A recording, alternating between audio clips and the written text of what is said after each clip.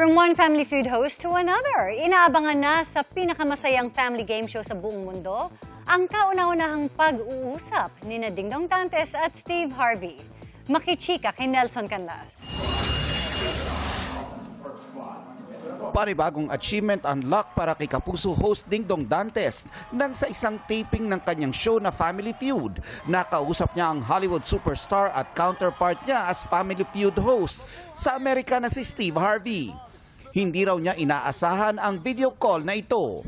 Oh my God, di ako makapaniwala. Dati kasi binati niya yung programang Family Feud nung nag-uumpisa.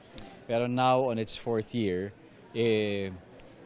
sobrang saya namin dito sa buong Family Feud na talagang nag-video call kami.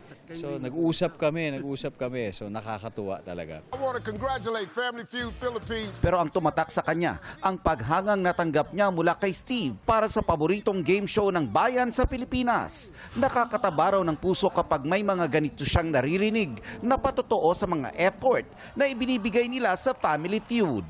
Binanggit din niya na talagang napapansin din nila yung Family Feud Philippines. That is definitely because of yung mga contestants natin, yung kung gaano kakwela yung mga sumasali, yung mga mismong katanong, di ba? Kung sino yung formulation ng questions, talagang Pinoy na Pinoy.